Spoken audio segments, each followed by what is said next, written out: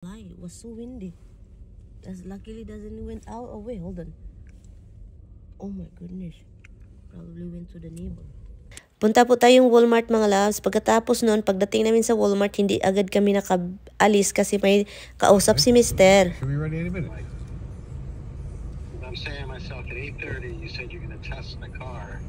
What are you going to test it for 6 hours? Matagal-tagal din yung tambay namin dun sa labas. So, andito na tayo sa loob ng Walmart. Ang dami ng mga paninda para sa mga araw ng mga puso. So, ngayon, punta lang tayo doon kung saan naka-display yung mga luggages nila. Natakot ako dito, baka bibili na naman si Tami ng luggage. Pero ang kailangan talaga namin dito is kailangan namin ng yawe at kailangan namin ng strap. So, ngayon, tinulungan lang ako ni Mister. Sabi ko sa kanya, gusto ko ito, pero saan ba yan ilalagay? Binbag ng mga mga upuan ba? So, at tinuro niya yung bag, o diba? Gustong-gusto niyang bumili ng luggage ulit, pero sabi ko, wag na. At nagpumili din kami dito ng name tag. Gusto kong lagyan ng name tag yung gamit ko, kasi po, hindi natin alam, baka may kaparehas po tayo. At itong strap na talagang kailangan ko dito. Ito talaga yung pinunta namin dito, ang lock at saka yung strap. At itong asawa ko is naluluka ako mga loves, kasi talaga kapag sabihin mong gusto ko isa, sabihin niya dalawa. Pumili din siya. At gusto ko ng lock, sabi ko isa. Dalawa. Kinuha niya tatlo. Sabi ko, dalawa yung luggage ko na strap ang gusto ko. Kinuha niya tatlo din. So, next time, sabi ko sa kanya, next time, sabihin ko, 0 po ang kailangan ko para kukuha po siya ng isa. So, kailangan po talaga si Taming may pa-extra. O, diba? Ganyan yan siya. Mahilig sa extra. Charot. Joke lang, joke. But anyway, so yun lang nakakaloka sa asawa ko talaga. Kasi, ay, nako. Tingnan nyo, parang I'm the one who's traveling, not you. Okay? Seriously? Tignan nyo yung asawa ko. Kailangan pa talagang ang dadami. Ay, put it back. 2 sets in there. Gee. That's it. Ako yung mag-travel, pero siya yung aligaga na mabili-bili. Dalawa lang yung bag na kailangang anuhin. Tatlo talaga. Kalarky talaga itong asawa ko. Nalalarky na talaga. What else do you looking? What is that for? Oh, this is the one that I was looking for. But I have it already. Sling bag. But I got already a bag. So, for my personal stuff. So, yun. Oh, this is put inside your luggage to like pack some I do. cubes. Oh, how much is that? It's cheap. Huh? $12. No, I don't want it. Forget it. Come on, let's go. Bumili din ako ng relo mga loves kasi meron akong bigyan pagdating doon sa Pinas. So kaya yun, pumili ako ng simple lang naman, no? Pang bukid. Pagkatapos doon sa relo mga loves, nagpunta kami dito sa mga gulay at kailangan daw ni Mister ng salad.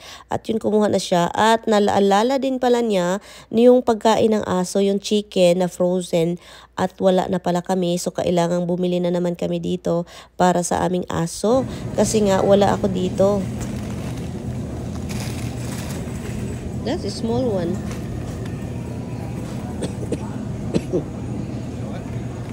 At kailangan daw namin ng itlog. So, kumuha siya ng itlog. Ako naman, kumuha ako ng creamer. Kasi nga, kailangan namin ng creamer para sa kape. Nag-stop na sana kami ng creamer, mga loves. Pero iba pala talaga ang creamer kaysa milk. Ilagay sa kape. So, kaya yun, kumuha ako ng original. Dito talaga kami sa Walmart bibili. Kasi nga, hindi masyadong kamahalan. Kasi kung magpunta ka sa ibang tindahan talaga, tag $10, no? Tag $10 kada isa. Ang mahal, grabe. So, kumuha ako ng dalawa. At habang si Mister ay pumipili ng itlog. So, ganyan yun siya, no? Gusto niya talaga ng pinaka-jumbo, ng pinakamalaking itlog. Sabi ko, ay ayaw ko talaga ng jumbo. So, kaya gusto ko talaga organic.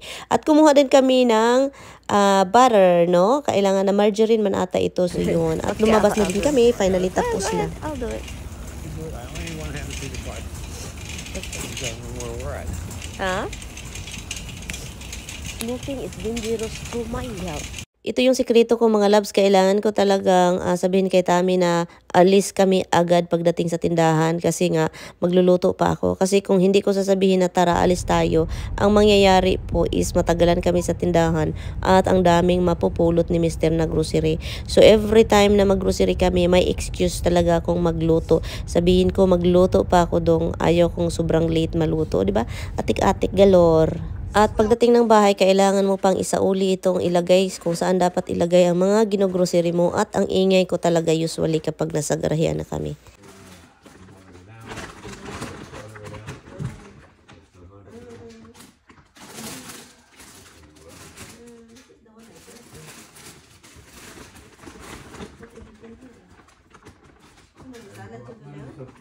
Come back and also. You go. Turn the light. Turn the light. Turn the light. Han! Turn the light. Turn the light.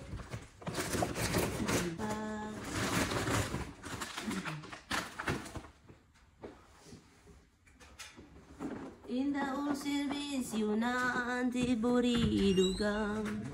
Hello, bebe! Ay, wawak! Paminsan mga labs, pagdating ko dyan sa garahean talaga, magsisigaw-sigaw ako, Roxy, Tami, tolong, ganyan, okay? Ang ingay ko talaga as in, kaya si Tami talaga sabi pa niya, hindi daw boring paminsan, grabe daw, kalingog-ngog niya akong baba, gusto kami lang dalawa.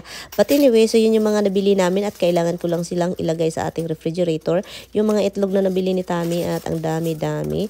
At so yun, ganyan talaga kami magbili ng itlog, parang takot si Tami mawala ng itlog, iwan ko na lang sa kanya. Marami naman siyang itlog, no, dalawa at charot. But anyway, so yun, isauli lang natin yan. At kukunin natin yung ating mga lulutuin din mga loves kasi sabi ko nga magluto ako, no. At kailangan kong lutuin yung mga binibili ni Mister na isda na yun at matagal na niyang, na-defrost ko pala kahapon at nag-burn out. At kailangan na siyang lutuin. At ang kanyang vegetables na bili sa isang tindahan, sa kabila ibang tindahan at matagal-tagal na din niya sa refrigerator. At yun, kailangan ko lang silang lutuin mga lab. Habang si Mr. is busy din siya sa pag ng ating strap na nabili para sa ating luggage. At may mga combination, mga number kasi yan mga lab. So kailangan niyang siya yung maglagay ng number at sabihin niya sa akin. Kasi hindi ko talaga din masyadong alam yung mga ganyan. So yun. At nagre-ready lang ako dito sa ating lulutuin na paksiw yung isda, no? At ginger is marami and onion. So yun. At sinasabihan niya ako kung paano ito i-open yung mga nabibili naming lock para sa aking luggage. At pagkatapos yun mga labs, nag-start na akong nagluto sa ating gulay na nabili ni Mister.